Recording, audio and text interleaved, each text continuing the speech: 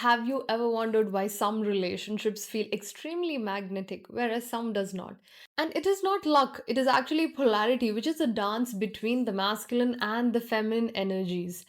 And right from our ancient texts like the Vedas till the Egyptian Hermetic principles as well, this creation, this magnetism is happened when these two energies actually combine together. This is the source of all creation.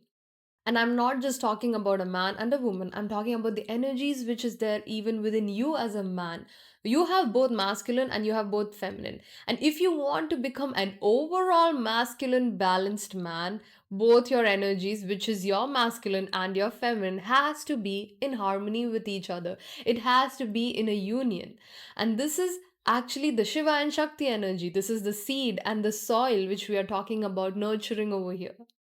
And today I'm going to take you through the ancient law, which is known as the Hermetic Principles, law of gender, which actually governs every area of our life, be it love, be it manifestation, even in nature as well. So, if you're new here, I'm Vesh and I'm a men's coach and I help men heal with their attachment issues, wounded masculinity, self worth, and confidence for them to actually form meaningful connection with women. Now, I'm also in the process of creating a course which is to help you with confidence, self worth, and your masculine presence. And if the course is ready by the time I'm launching this video, I'm going to post the link in the description box below.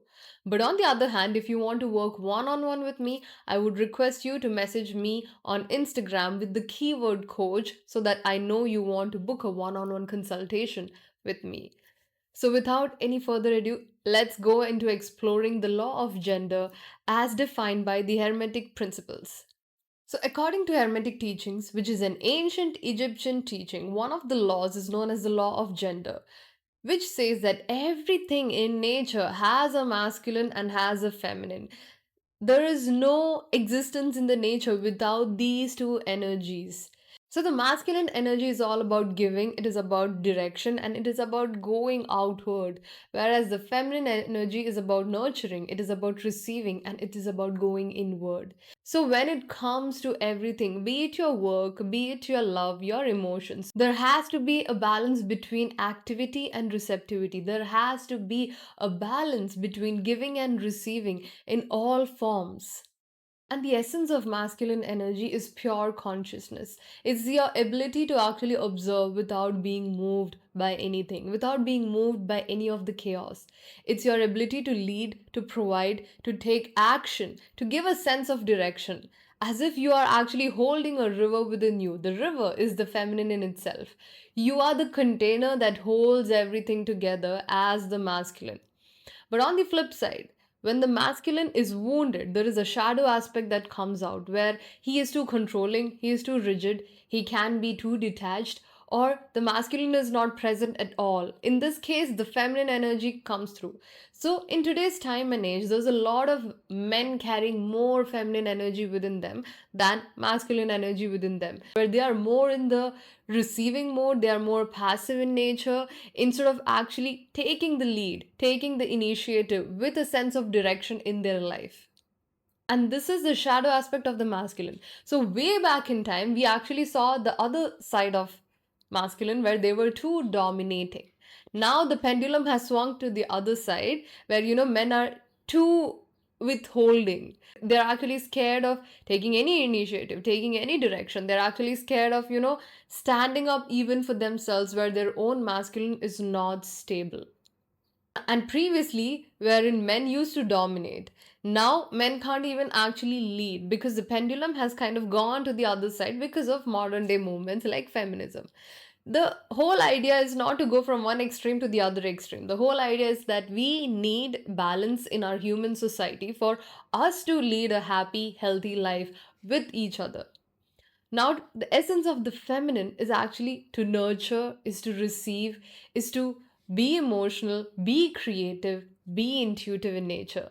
It is actually the chaos that births order. It's like the moon is a perfect example of the feminine, where there are phases changing every single day, but still in a rhythm, in a pattern, there is a consistency over there as well. And the sun is a masculine. Every single day, 24 hours, it is the same, whereas the moon is not the same. So the moon is typically associated with the feminine energy, and the sun is typically associated with the masculine energy. And when healthy, the feminine energy is actually deeply receptive, magnetic, and able to receive.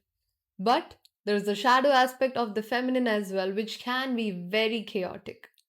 And when the feminine energy is actually wounded, you can become manipulative, you can become self abandoning, people pleasing habits altogether, and also being very reactive because you do not have a safe masculine container even within yourself to actually hold emotions completely. So, on one side, men can be very stoic and very emotionless because their feminine energy is completely wounded and inactive. And on the other side, men can also be very emotional because they do not have a masculine container to hold it. The idea is not for you to not feel your emotions. The idea is for you to completely feel your emotions but not be broken by it and not losing yourself in that flow of emotions as a man too, because you need to have a sense of direction in your life, and when it is necessary you have to pick yourself up in the moment to lead yourself forward in your life. And now let's talk about the dance of polarity. There cannot be intense attraction in the connection between a man and a woman if there is no healthy level of polarity. It's about the energies where one person holds one pole and the other person is on the other pole. Someone has to be masculine, someone has to be feminine. It can't be two feminine people coming together and it's going to be pure chaos in the relationship. Whereas on the other side, if two masculine people come together, be it a man and a woman, they're gonna like butt heads with each other. They're actually gonna just be fighting and trying to prove control over the other person all the time. That is also not going to work. One person has to lead in the relationship and the other person has to kind of follow. And just because, if a woman is following you, that doesn't mean that, she is disconnected from her power, because women are actually very intuitive in nature. They have the kind of intuition men do not have. And that's the thing, right? If you can have a partner who is deeply connected with herself, who is connected to her heart, and she can actually give you guidance purely from a place of intuition, then that is the woman who is going to take you to great heights. And without polarity, there is no tension, there is no spark. You can be in a relationship with someone for 6, 7 years, and if there is no polarity, you guys will eventually stop getting attracted to each other. And the masculine has to move in a sense of purpose and direction, and the feminine move towards connection. Now, there can be distortions in the polarity sometimes because it's not always going to be constant. Let's say sometimes if you are sick, your partner, she will have to step up in her masculine energy to actually take care of yourself. But I am talking about the vast majority of the time if you want to have a healthy polarized relationship with good amount of intimacy further down the line.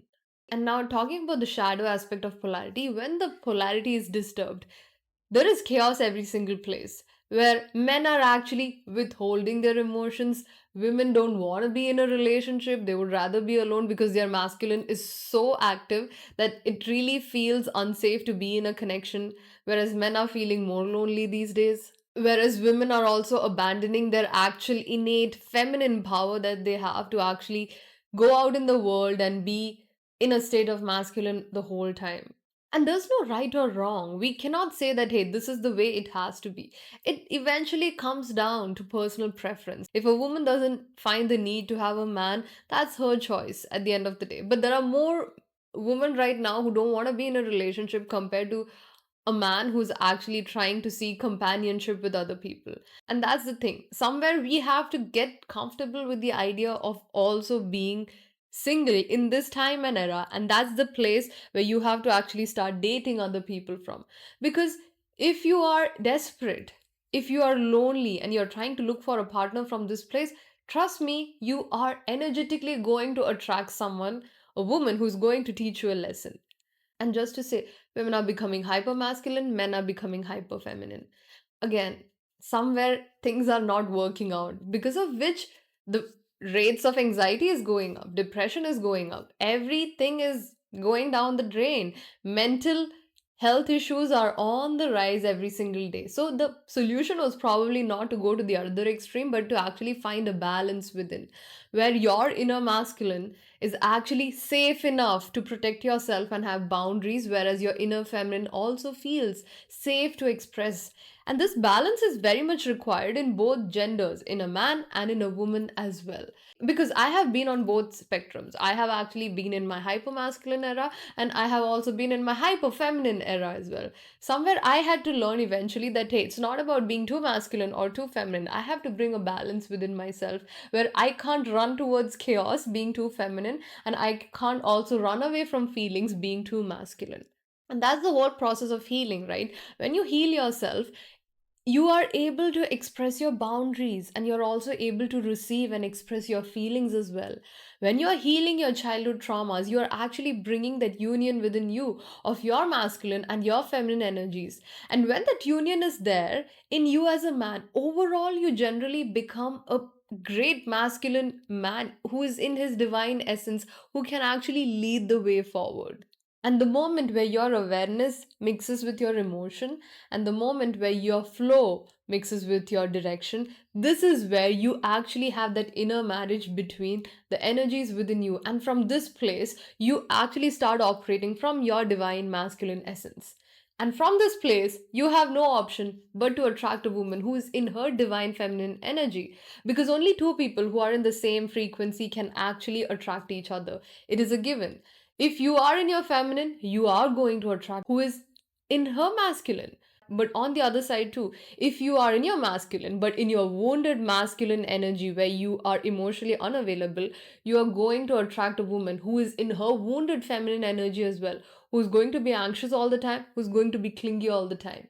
So, if you are operating from your healthy energies with the perfect balance of inner union, you will attract a woman who is also operating from her healthy energy. And when you both come together, there will naturally be a sense of polarity within the relationship, which is going to lead your way into a lasting relationship filled with intimacy and attraction. So, next time you're having this inner turmoil where you want to chase something outside of you, take a moment and look within. Try to connect with both of your energies. Ask yourself, what does my masculine want and what does my feminine want? And when you have that inner union, right, you no longer seek that validation and protection outside of you, because you become your source of peace and happiness. And from this place onward, you also stop chasing other people because you're balanced within. Even if that means you're going to end up alone for the rest of your life, you're completely fine because you are also creating a life that is full for yourself. And trust me, if you're able to crack this balance within you, you're not going to end up being single for the rest of your life or anything, because you are going to draw a soul into your life who is going to complement your life. We are all born with that greatest, highest level destiny of love out there for us, provided you do the inner work in this lifetime to actually become worthy of it. Someone who is not worthy of that kind of love is never going to be able to attract that kind of love.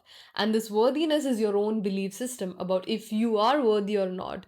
Nothing outside of you determines your worth. You determine your worth. When you work on yourself, when you actually let go of all that resentment towards the opposite gender, and you understand that we all are connected, we all are one, that is when you actually attract your divine counterpart into your life.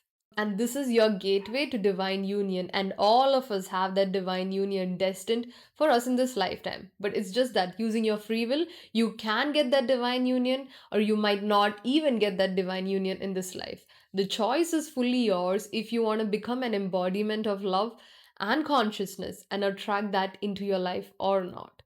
So, I hope this episode was helpful, and I'll see you guys in the next one.